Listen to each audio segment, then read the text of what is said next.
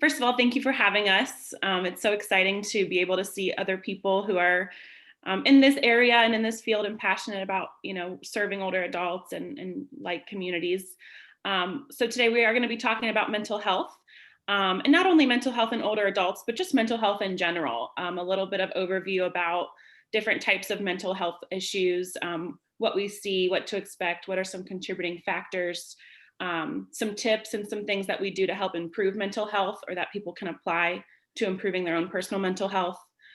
And then we'll go into a little bit too about the specific program that we have for older adults that might help be a support to some of your communities.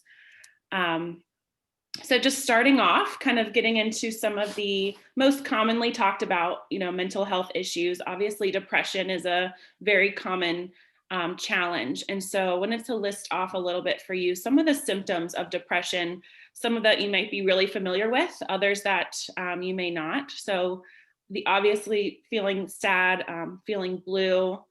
In seniors, we see a lot more of feeling worthless, a lot of emptiness feelings, changes in loss of interest, as well as sleep changes that could be not sleeping very much or sleeping too much.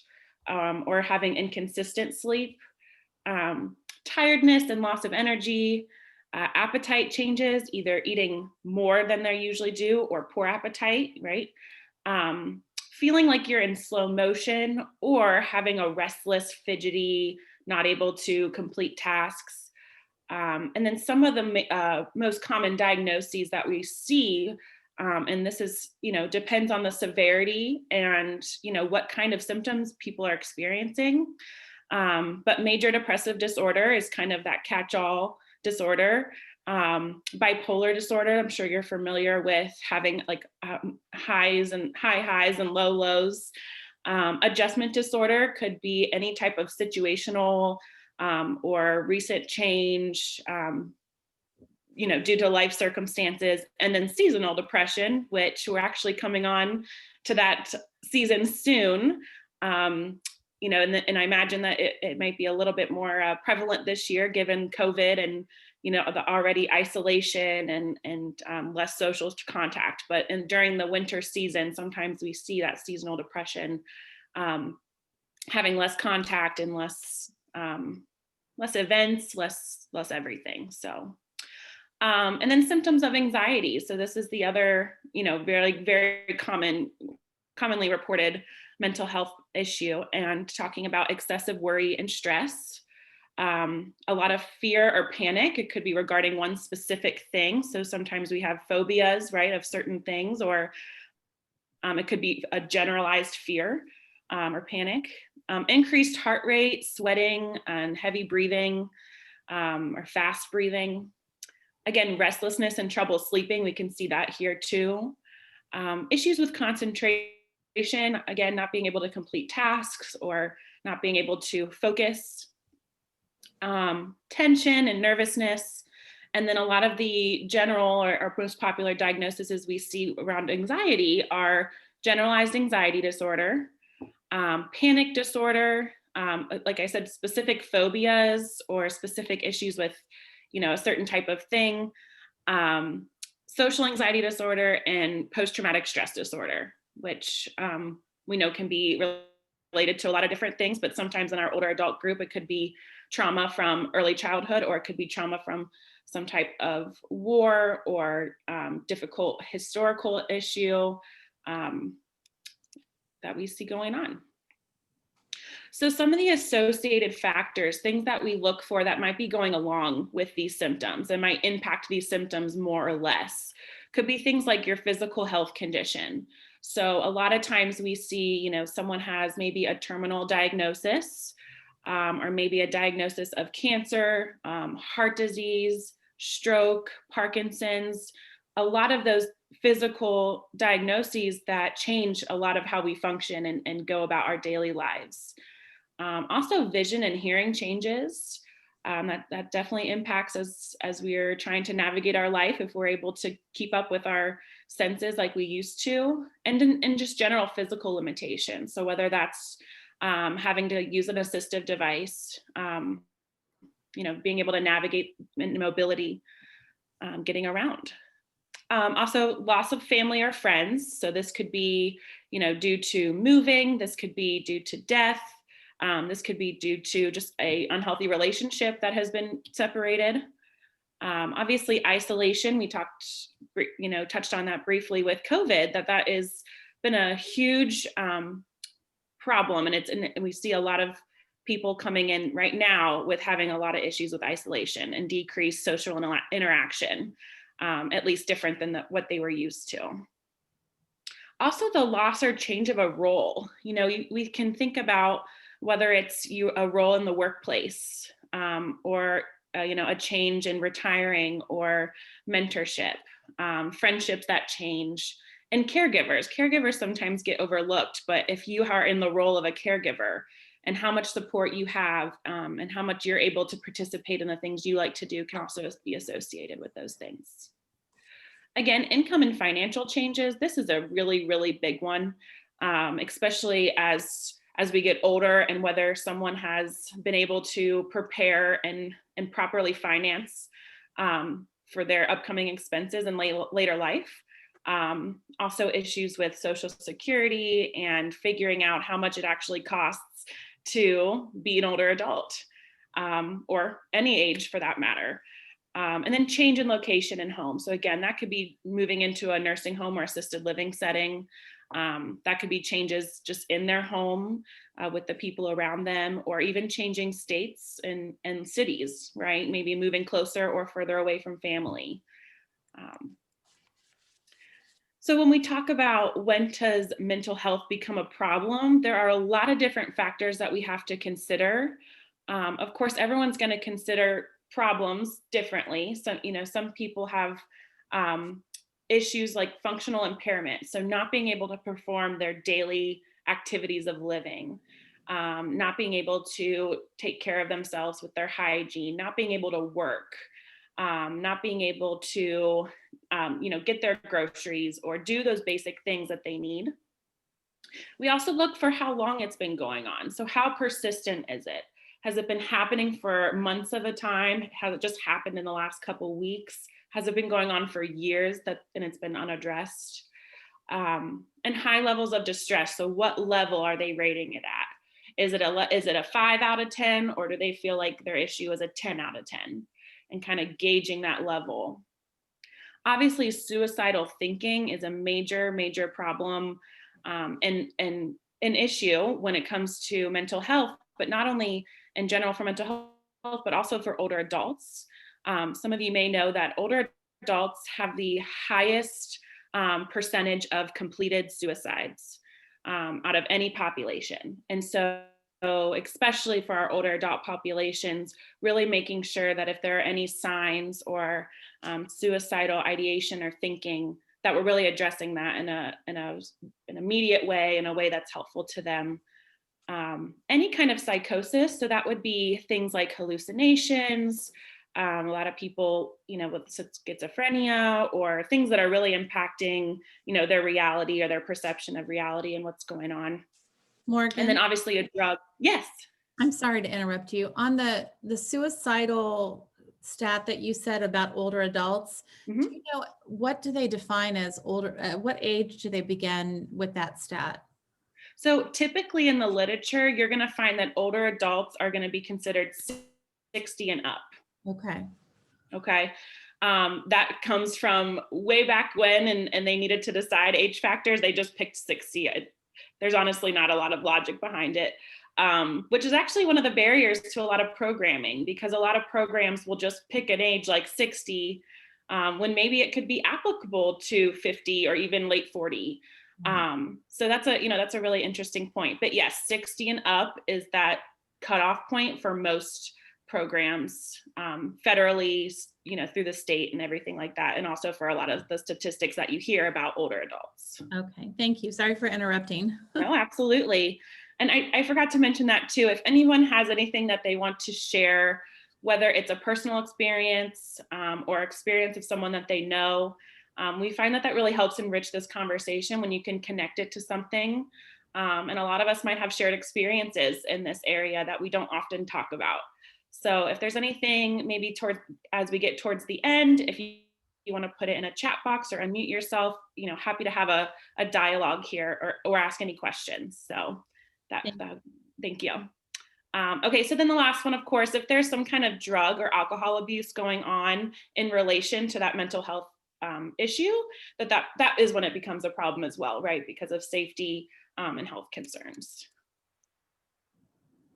So this is a little bit about what we've been seeing with mental health during COVID. Again, isolation has been a major factor. And along with that has been a lot of increase in anxiety because of the fact that a lot of older adults are in that high risk population. And there's a lot of misinformation and confusion around the do's and the don'ts right now of this pandemic. And so a lot of the seniors that we talk to have a heightened anxiety about, what should they be doing? What shouldn't they be doing? What's really going on with the virus? How high risk are they? We have some clients who feel very comfortable to go out and do anything. And then we have some who really don't want to go to the store, don't want to go to the mailbox. I mean, everyone has a different comfort level here. And so depending on their background and their experiences, that increased anxiety. So a lot of anxiety reducing techniques is what we've been working on. Also working on creativity, right? Since there is a lot of that normalness that went away, finding new creative ways to connect or to engage right now. So online tools, obviously we're participating in that right now with Zoom, FaceTime, a lot of online church. I know we've been seeing a lot of things like that. We've been engaging too with a lot of senior centers or libraries that have been delivering books, meals, crafts for people to do. Talking with our clients about taking up a new hobby, maybe something they've never done before that they could do now that they have this found time or this found, block of time to take up either an old hobby or a new hobby. I have a client who has started to do a lot of painting. She's never done painting. It was something she always wanted to try, and she just ordered a bunch of stuff, and now that's her daily outlet. Other clients are writing letters to some of their family members and kind of getting creative in the communication there. Also taking the time to focus on home improvements and projects. I know we all have a closet or a drawer that we don't want to address. And so, taking advantage of the time that we have at home and really flipping the model from, what could we do right now? What's the advantage here? And then also we've seen a lot of increase in faith practices. So just seeing more people getting engaged with kind of that hope and faith, and finding ways to really, find something to lean on in this time, which has been really, really important. Working on our mindset of just being more thankful and grateful for what we do have. So again, kind of flipping the script on, well, what's going well, right? Do you have food in your fridge? Do you have a roof over your head? Do you have your favorite CD that you can go plug in, right? And sometimes it's the little things that we have to recognize to really see what's going on and switch that mindset. Another big, deliverable during this time is just one day at a time. A lot of times we hear clients say, the future is so unknown with this pandemic. But the fact is that the future is always unknown, whether we're in a pandemic or not. And so realizing that you've already been living your life with the unknown, it's just a different circumstance, but that you're already set up with the skills to overcome this unknown or planning for the future. And then lastly, talking about locus of control. So, again, there are a lot of things out of our control. We use the weather as a perfect example. Like, no matter how hard you might do your snow dance or your wish, like, the weather is going to happen. It's going to be what it's going to be. And you can let that dictate your mood or not, but there are certain things that are in our control. And for a lot of our older adults, it's been things like taking care of their home, maybe taking more time for hygiene or health practices that they want to include, or doing more of their hobbies that they can control and taking a little bit more of that power back. So to go along with that, I wanted to touch on a lot of the general approaches that we take, whether it's skill building or assigning clients maybe tasks or homework to complete, that really any of us could implement and work on as far as improving our mental health. So first of which being nutrition. A lot of people feel like crap because they eat like crap, which, it's very, very true. So, taking into account, what am I eating? Am I feeding my body the things that it needs? Am I doing a good job at getting that water intake in? Or am I drinking coffee half of the day and then I don't know why I can't sleep at night? Social support, getting connected with family, friends, groups. I'll get into groups a little bit later. Churches or other communities, making sure that you have the connections that you want and finding ways to improve them. Properly addressing physical health needs. This could be things like making sure you're actually taking your medications when you're supposed to. Are you getting up and actually doing some exercise and movement? Do you have something, a mental or a physical health need that you have been putting off that you really should get addressed? Sometimes those can be some underlying challenges that that you could take to improve your mental health. And also your physical environment. So this is also important with COVID because we have these senses, right? We have our location, we have our sight, we have our smell, we hear sounds, and all of those things impact us, right? So even the odor it, right? Like if you have a bad smell that you're constantly smelling, that impacts our mood. It impacts how we feel. So even like, getting odor it or lighting a candle. So, taking in your surroundings and see what's really going on. Again, maybe I could put up a motivational poster. Maybe I can put up a picture of my family that I really like. Maybe I can play more of the music that I like. Sometimes little things like that can be, again, things in your control that we can help clients apply. A few others, identifying and changing negative habits. All of us function on habits. So, we wake up, we brush our teeth. Waking up is that cue that, okay, now it's time to go brush our teeth. That would be an example of a positive habit, right, that we create. But a lot of us have negative habits. Mine is driving past Starbucks and then turning around and getting right in the line so I can get some coffee. So we all have negative habits that we can maybe identify and improve. And again, that's looking at where we have control in our lives and being able to say, okay, that's something I could change. And that empowerment to change and really make a goal for yourself can really help improve your overall mental health. Again, looking at routines and habits, we hear a lot about mindfulness and meditation, and that can be a lot of different things to a lot of different people. Some people say, I can't meditate. It's too hard, and it is difficult. It's stopping your brain and your thinking for a moment to really just take a moment to be in the present.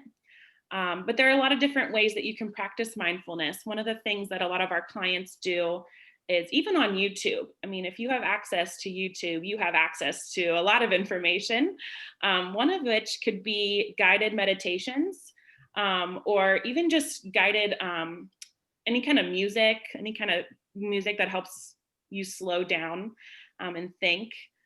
There can also be workbooks for mindfulness. There's a ton of information out there, but that can be a really important tool.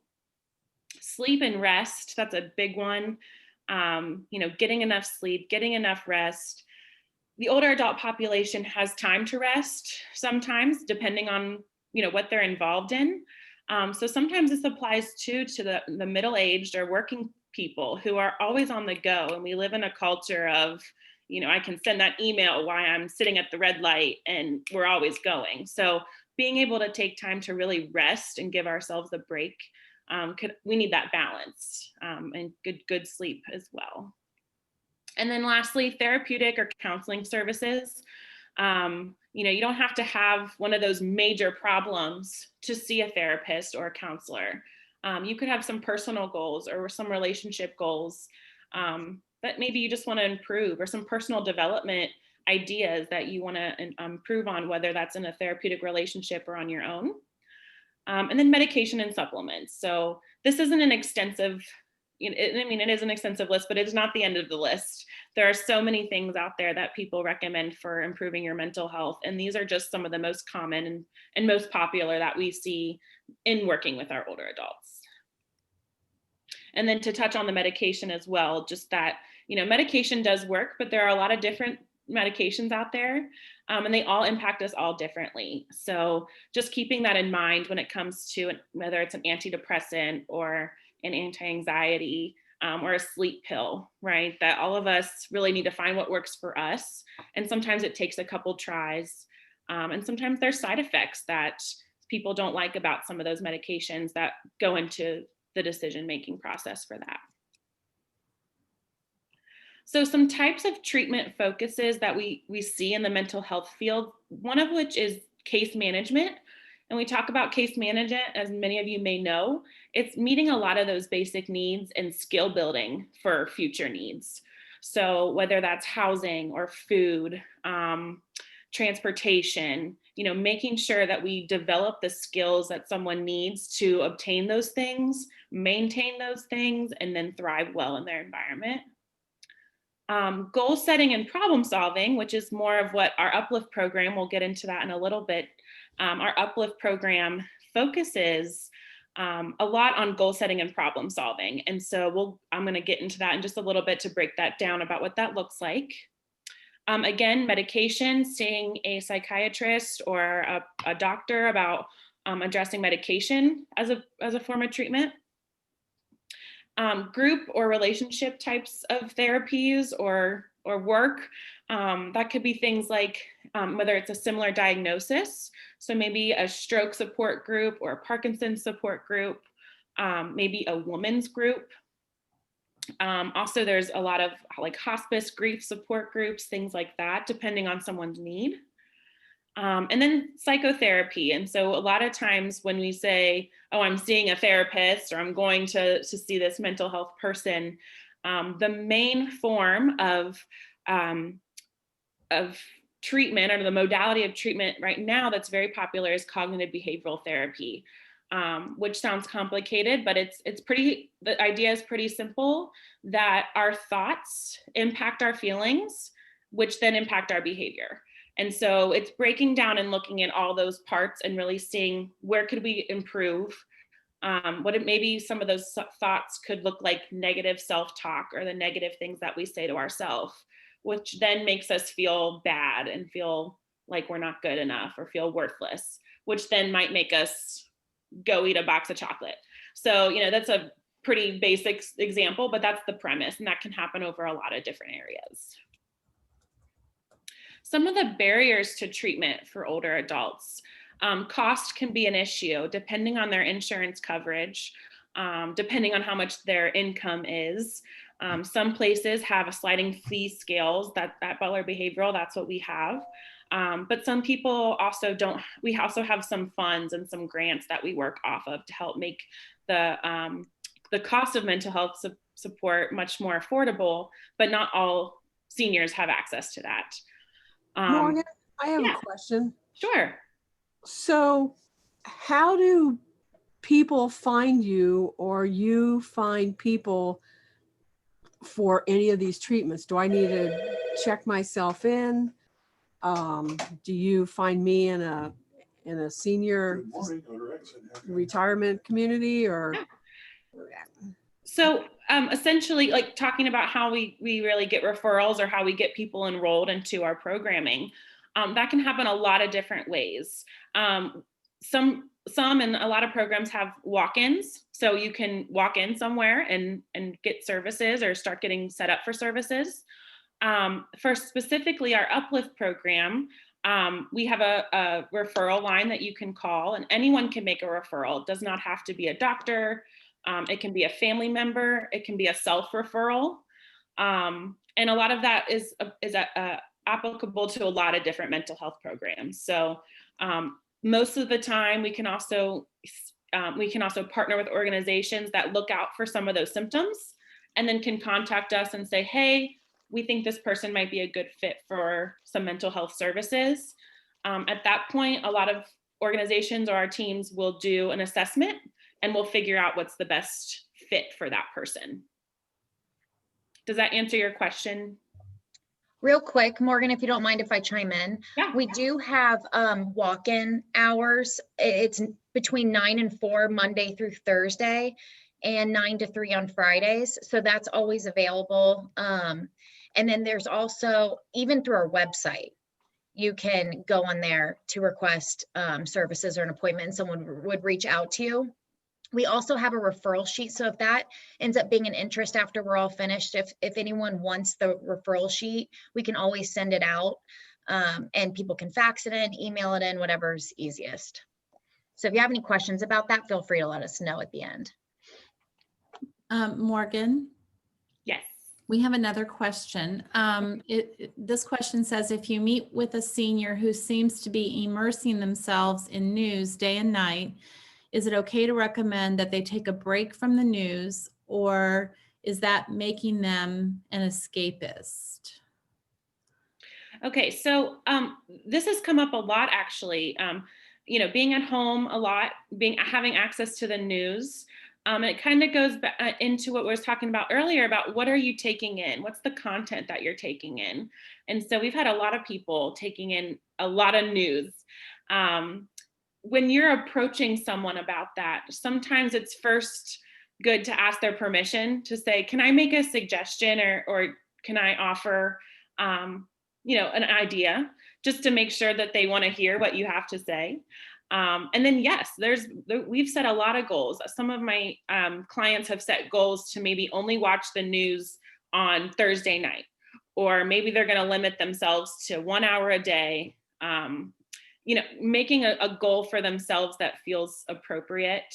I don't know if any other my colleagues want to chime in on that, but that's definitely been a common goal that we've been seeing happening because there is so much out there.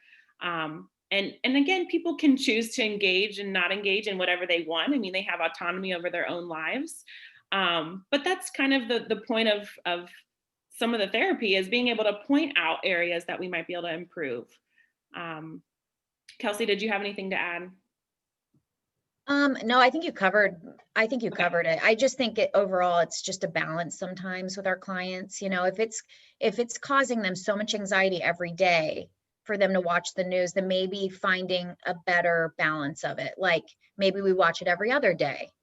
So yeah, I think it's just kind of what the client's willing to do too. If they are going to watch the news every day, okay, what can you do afterwards to maybe help calm your mind down? Maybe the meditation would help. So helping them kind of identify things that are going to help them manage that anxiety after they know when they watch the news that typically makes them anxious. And time of day might make a difference too. If they're starting their day with that and it's causing them to start the day in a negative light, maybe there's a different time of day that would work better. But then if they're watching it at night and it's causing them to have difficulty sleeping, and that's a problem, then adjusting that. So it's hard because right now we have an election coming up and a lot of people are immersed in this. And I know it's causing anxiety for most people. So it's just finding a way to cope with it if you're choosing to watch it every day. Yeah, absolutely. And as Kelsey was saying, I mean, there's so many different ways to approach something like that, right? You can change the time, you could change the news you're watching. Maybe you read an article instead of watching it on TV, figuring out what works best for you. There's no right answer when it comes to mental health. It's so individualized, which is the beauty of it, right? That we all don't have to do the same thing. But there are some key things that we all could do to improve. And that can be one of them. Okay, other barriers to treatment: hearing and vision changes. Especially with telehealth going on right now, we've been able to serve our clients via telehealth. But for some of our clients, either vision or hearing challenges has made that a barrier. We normally do community-based visits for our older adults. So we normally would come to them in their home or wherever they are located, or if they want to meet outside of the home, we can do that as well. But transportation, if they don't have that option, can be a barrier, right? If they're not driving anymore, they don't have anyone to drive them. Lack of recognition that it's a problem. This is a stigma about aging and older adults that, when you get older, you become sad or you become depressed, that's normal. And that's actually not a normal part of aging. So if you are seeing that in somebody, or you are expecting that out of yourself or somebody else, that's important to note, that it's sometimes a lack of recognition to accepting treatment or wanting to look into improving because they think it might just be a normal part of the aging process. And then medical conditions. Again, some of that is transportation, but some of that are people truly aren't feeling well enough to sit through a therapy session, and maybe problem solving a little bit about what we can do to work around that. But there are medical conditions that can keep people, whether it's, a constant nausea or, a lot of dizziness or, a number of things that could contribute to that. So briefly want to touch on later life relationships because we do see that social interaction is such a major change and an issue for a lot of our older adults that we want to kind of make sure we're touching on the importance of relationships. So first of all, there are so many benefits from being in a healthy relationship. The reduction of stress. It can help add meaning to somebody's life. It builds our sense of self-worth, improves our mood. It helps us support ourselves through the good and the bad times, having someone to celebrate with, or having someone who is there for us when things are not going well. And then we also are able to maybe find that we have similar experiences or situations that we might be going through when we have healthy relationships where we're sharing and being able to connect over some of those things, whether it be, a loss of a spouse or a similar diagnosis. Or an issue with an older adult or a young child, grandchild, or an adult child of yours or the client. Challenging changes that can happen in later life relationships. Again, loss of spouse, moving to move you away or from your family or closer to your family, health or physical limitations, caregiving. We talked about caregiving as a challenge. Are you able to have healthy relationships with other people besides the person you're caregiving for? How can we find respite or rest or other relationships to develop? And then also retirement. So changes in work, that can be a challenge of relationships in later life if you're no longer as connected to some of your coworkers or the role that you played at work. Overcoming isolation. This is just point blank, it's just a barrier right now because of COVID. But getting as creative as you can. Volunteering is a big one. Finding a way to contribute or add meaning to your life. Volunteering can be a great social support. Community events, online tools, being open to new connections. Sometimes we see people that aren't as open to new connections, maybe because they've always had that group of friends or they've always been around a certain type of people. So being open to maybe joining a new group or making a new connection that they haven't had in the past. So just quickly, a little bit about what a healthy relationship should look like. And everyone has a right to have a healthy relationship. So looking at any kind of relationship, whether it's spousal, friendship, family, you should have the freedom to express your feelings. You should have the ability to make a decision for yourself. You should be able to control your possessions, or somebody should be able to control their possessions. That relationship should be free from abuse or fear or threats. So if you have that going on in a relationship, that can damage, what a healthy relationship could look like and impact well-being. You should have the freedom to end a relationship if it's something that's no longer serving you or something that's no longer a benefit. And then having the freedom to choose your own friends and choose who you care for. So all of those are kind of a good checklist to go through and see, maybe where am I, if I'm having a relationship issue, where in one of those issues might I see the challenge. And then tips and just strategies for communication. So setting boundaries, right? Setting clear boundaries on maybe what is talked about, setting clear boundaries on maybe how much time someone spends together, active listening and acknowledging someone else's feelings. So when you're sharing with someone, you don't want to just disregard everything that they just said and move on to your point. Being able to acknowledge and say, wow, it sounds like you're really hurting from that, or wow, I didn't realize how much that hurt your feelings. Practicing empathy and forgiveness, that can be a challenge for a lot of us depending on the situation. The difference between a face-to-face communication, or at best the Zoom to Zoom that we have right now, versus like texting or emailing, right? And the different tones and the different communications that can come across that should be considered. Sometimes it's appropriate to use humor to approach a situation with a relationship. Taking a break from somebody, maybe, again, setting that boundary, taking a little bit of time apart. And then always the notion to agree to disagree. So again, this isn't just about mental health, but it's about applying some of these things in relationships, at work, in your social circles that can help you have a better relationship with those in later life. Okay, so goal setting and problem solving. This is what we focus on mostly in the Uplift program that we've been referring to. Our Uplift program serves older adults 60 and up. And we'll get into a little bit more about the service areas and that in a minute, but the main purpose of it is to help goal setting and problem solving skills.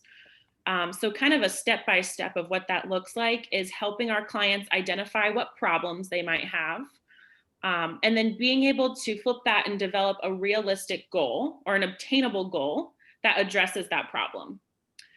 Sometimes those goals can be short-term, or sometimes they're more long-term, maybe a more generalized theme or something they want to work toward in general in their life. And then brainstorming possible solutions. So maybe someone's, problem is, they're not very active and they really want to increase their energy. Maybe their goal is they're going to start to try to exercise, 1 day a week, or try to walk maybe for 10 minutes a day. And then coming up with possible solutions about what that might look like. Do I have a gym I have access to? Do I need to walk outside? Can I walk around in my house?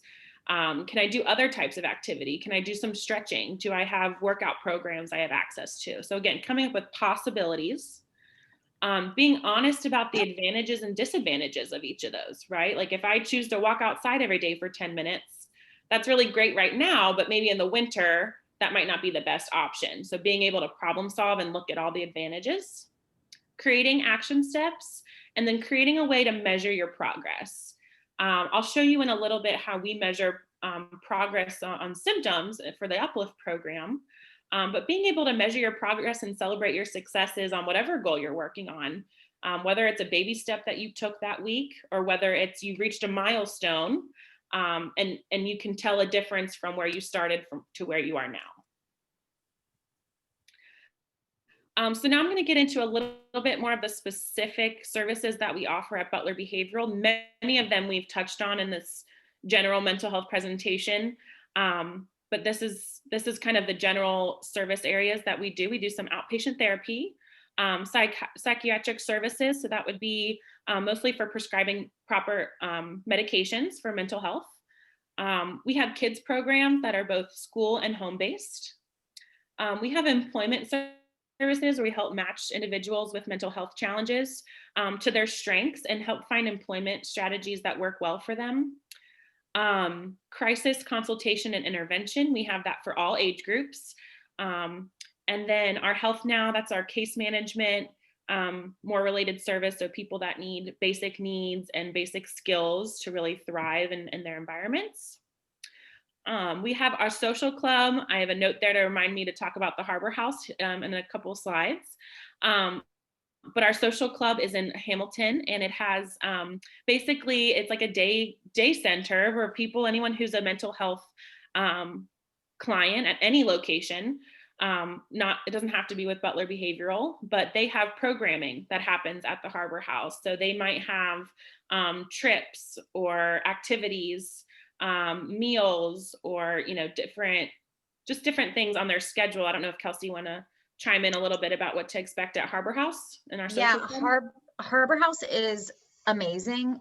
It's such a great resource. So if people are isolated, it's such a good outlet to have, because like Morgan said, any client of any agency in Butler County can go to Harbor House, and it's like a social club. So they have an art room, they have video games, and it's all ages. A lot of older adults go. One really cool thing that they're doing right now is if you go to the Harbor House, you can get some training from the Harbor House staff of how to use technology better. So if it is someone who's older and they don't know how to navigate the computer or create an email address or do Zoom, or they can teach people. So that's a really good resource for us right now if clients need that, interaction with us and they don't know how to do it. They take every month, they send out a calendar of different things that they're doing. So, they'll go run errands at Walmart, they will, sometimes they can go to like a Reds game or a museum. Obviously some things have changed with COVID, but they're still open. They have some safety things put in place. And they have a Facebook. So if you're ever interested to see what they do, I would look on their Facebook page because they are always doing more creative things. Do they charge for this social club? No. Great. And it's not by age, it's just mental health agencies? Yep. They just have to be involved with an agency. People can go and just get a tour if they were interested. And UTS will take people because it's part of a mental health agency. So if any of your clients, have Medicaid and can utilize UTS, it will take them there. Great. And then, so our last program is Uplift, which we've been touching on. And that is our program that specifically focuses on older adult needs and caters to our older adult population. I'll get into that in just a second. So for Butler Behavioral, we have been expanding a lot. And so I wanted to kind of touch on our locations and the counties that we serve.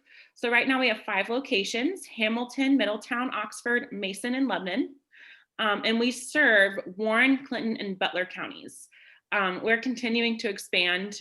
We just kind of started to expand our services into Warren and Clinton counties, and possibly in the future, seeing what other counties we can serve. But this is a big expansion for us, and there's a lot of people in Warren, Clinton that we haven't yet been able to connect with. So it's an exciting time for us, especially for again, those older adults that we love to serve in those areas that maybe didn't have access to a program like Uplift, which I'm going to talk a little bit about now. So Uplift is a short-term program. It typically has about 8 sessions that a client will receive, and that is over the course of about 5 to 6 months. The frequency of treatment starts at about weekly. And again, right now it's telehealth, so we'll check in with our clients over the phone. We do have the option to meet in person under certain COVID restrictions. So meeting outside, maintaining 6 feet, and wearing a mask. If our clients are open to that, we will sit outside, bring a chair, meet them at a park. We're open to problem solving about that. But that would really be if the need presented itself. So that would be for things like hearing or vision problems that they really do need to have an in-person interaction. The Uplift program is participant driven, meaning that the clients set their own goals. So the client will come in, they'll identify those problems like we talked about on that goal setting slide, and they'll kind of figure out what they want to accomplish in that 5 to 6 months. And that's very empowering to choose your own challenges, because the world throws challenges at us all the time, COVID, pandemic. But to set your own goal and to overcome your own challenge that you put on yourself is very empowering. And so that's why this model is driven in that way. It focuses on the here and the now, which can sometimes be not where people are what people are ready for. But what I mean by that is sometimes people have maybe a past trauma or a past situation that they really want to work through. And this program is more set up to look at, okay, we're here where we are today. What is the next couple of weeks and months going to look like? So it really is a lot of forward thinking and what happens next. And some people just aren't interested in that. They really want to focus on maybe some of their past issues. So then we might refer maybe to our outpatient services who can focus a little bit more on whatever that client wants to focus on as far as the past goes. I always tell my clients, it doesn't mean we don't talk about the past and we don't look at how it got us to where we are today, but we do focus more on the what's next and the moving forward part of that treatment. And the other important part of our treatment is activity planning. So trying to increase our pleasant, social, and our physical activities, because as we've gone through those are all things that help improve our mental health. And if we can challenge ourselves to improve in each of those categories, we do see a lot of benefit. The benefits of the Uplift program, one of them is that we're community-based. So that is a huge barrier that can be relieved for a lot of our clients who either don't travel anymore, don't have access to transportation, maybe they don't have family or friends. It also helps us get an environmental, picture about what their surroundings look like. When someone comes into the office, we don't necessarily understand maybe what their home or what their family structure is within the home. And so being able to see that helps put a little context around what's going on in that individual's lives, which is helpful. And then the main goal for Uplift is for clients to become comfortable enough with problem solving and addressing issues that the issues that come in their future, they've built up some skills to be able to address that. So we really look at not only addressing what's happening right now, but how can we apply this to future problems that might occur in our lives. So that's really the goal for our clients, which is why it's short term. We really want to work on the skill, and then we want to kind of promote them to enact that skill on their own. There are a couple of things that would make someone inappropriate for the Uplift program, so I wanted to touch on those. If a client is not appropriate for our program, that would look like things either they have maybe a drug or alcohol abuse problem. This program is not designed to address those issues. So what we would do is we would maybe still assess that individual, but then we would find them the appropriate program that would best suit their needs, like an alcohol and other drug treatment facility or program that would fit better. Psychosis, so again, maybe hallucinations or schizophrenia, or maybe any kind of more extreme symptom of mental health illness that they're having. Again, that's not really designed for this type of problem solving goal setting program, although those things still do apply in that area. They just need to be approached a little bit differently. Sometimes that's a lot more medication management. Also cognitive impairment. And so we get this question a lot, depending on someone's cognitive ability level, because as we know, older adults can have a lot of maybe memory or dementia, Alzheimer's onset or progression that might impact their ability to problem solve and goal set. And so for that reason, depending on where someone is in their diagnosis of those memory issues, we can kind of figure out whether it'll be a good fit for them or not. We also don't serve anybody who might be living in a nursing home setting. We can still serve assisted living or independent living, but nursing home settings, it's just not as covered with our program, because a lot of nursing homes have like a social worker or someone that they can reach out to for mental health services. A lot of people contract mental health services to come into their nursing homes. So we don't serve actual long-term care residents, but we can serve assisted living or independent living, or anyone in their own home. And then also we are always very, fluid with our assessment. So if we're getting into the first couple sessions, maybe, someone has some cognitive impairment, but we want to try and see, what we can do with the program. We usually know by the third session whether it's going to be a good fit for somebody or not. And again, that might be because their health needs are too complex. We might see that their depression is getting worse, and so maybe this program isn't the best fit for them. Maybe they need more either medication management or a different type of approach. Or again, the problem solving treatment is just not a good fit for them at that time. So that could be another barrier. And if that happens, we always make a referral somewhere else, right? So we don't just leave anybody hanging. We'll refer them to the appropriate people so that they can still get the help that they need, even if it's not through our agency or not through our specific program. Measuring progress. So this is what we call the PHQ-9. It's an evidence-based practice. Some of you may have seen this before, but it's basically to look at the severity of someone's depression or anxiety. So every session, what we do is we ask these 9 questions. And what that does for us is it helps us track someone's progress over time. So our average when someone comes to us right now is that their score on their PHQ-9 will be about a 13 or a 12, which means that their severity of their symptoms are happening kind of at that mild or more moderate level. So you can see there's a score associated with each question. So for example, if you question 2, how often are you feeling down, sad, or hopeless? And we ask that in the context of the last 2 weeks. So if someone's saying that every single day they're feeling down, sad, and hopeless, that's going to increase their score. So the higher the score, the more severe, or the more frequent their depression or anxiety has been recently. So what we do is that at each session we can assess this to see, are our symptoms getting worse? Are they staying about the same? Or have we been able to make improvements in some of these areas? So this is pretty much it's a very standard depression screening. Anyone can do it to themselves or to somebody else. But what you'll see, obviously, is the higher the score, the more frequent and the more severe symptoms are at that time. What we love to see, though, is at the end of our program, people are reducing their depression screening scores.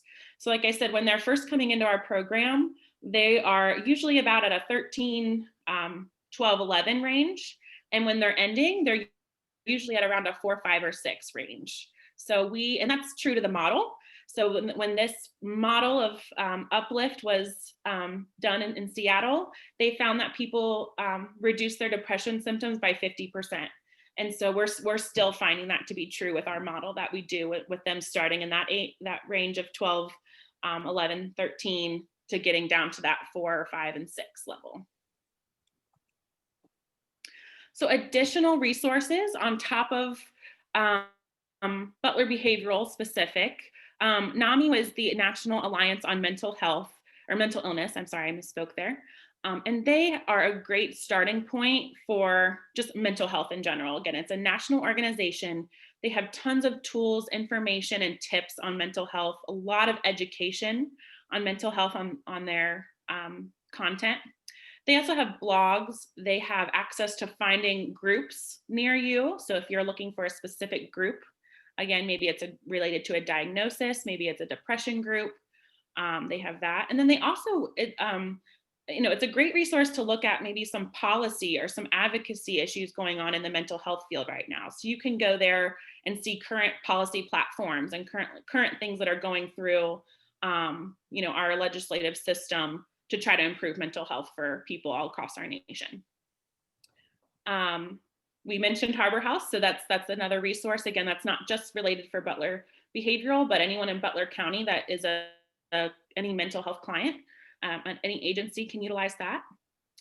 At Butler Behavioral, we don't have our own alcohol or AOD treatments, but we are able to collaborate and refer to other local treatments. So if we get somebody that is struggling with those challenges, again, it is a mental health issue typically along with those things, but we want to see get them the proper treatment that they need. So we'll make a referral to the appropriate place.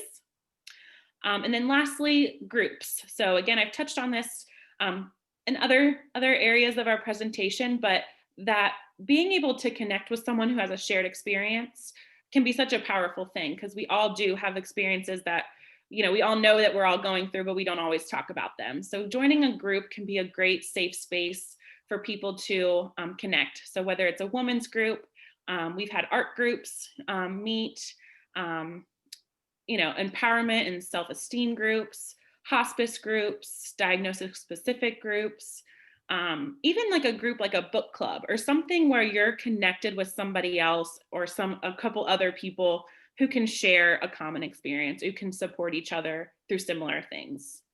So I know I've thrown a lot at you. There's always a lot to talk about with mental health. I hope that some of this information has been helpful or at least, a review or insightful in some way. I'm going to stop sharing my screen and see if there's any discussion or questions or anything that we can talk about for the remainder of our time. Thank you so much, Morgan. That was very timely and interesting. So I know that there were some questions in the chat, and I think that those were addressed. I'm looking to see if there's anything that was missed. You will be emailing a referral sheet to me, and then I'll forward it to everybody. Okay, so any questions from the group or any feedback or input? Morgan, we are working with a client through our driving self-assessment program that has some alcohol challenges. And the family is looking for help with that. Could we refer them to you, and what would be the appropriate number for them to reach out to? Yeah, You're up. Kelsey, do you want to Yeah. talk to them? Okay.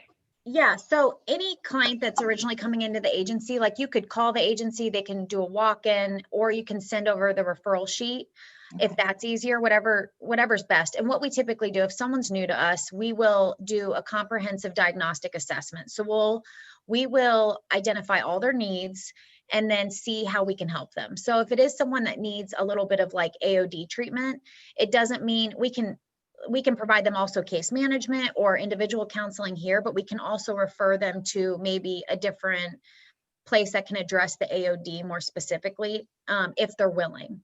You know, if they need inpatient treatment, we can refer there.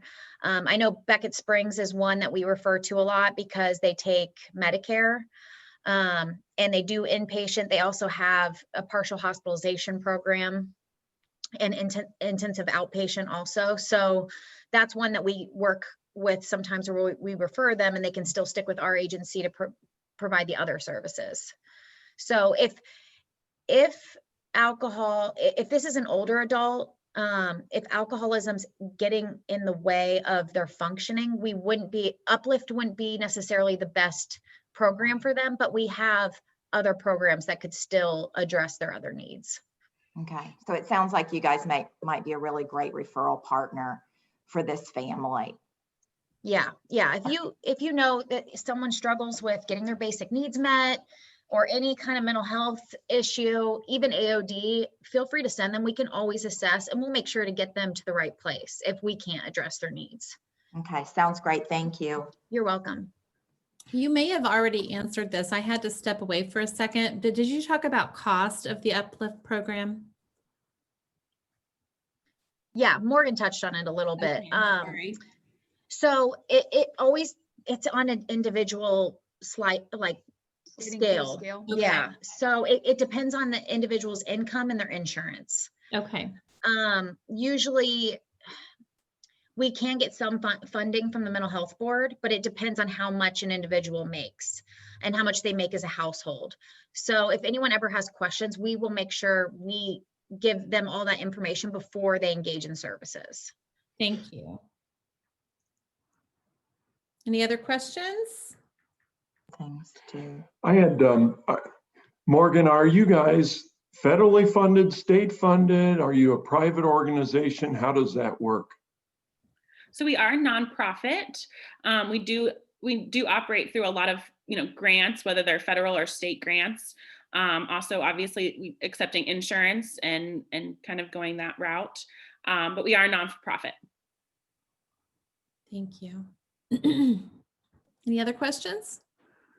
Morgan, you said that first of all, your name is Butler Behavioral, and you go into Butler, Warren, Clinton counties.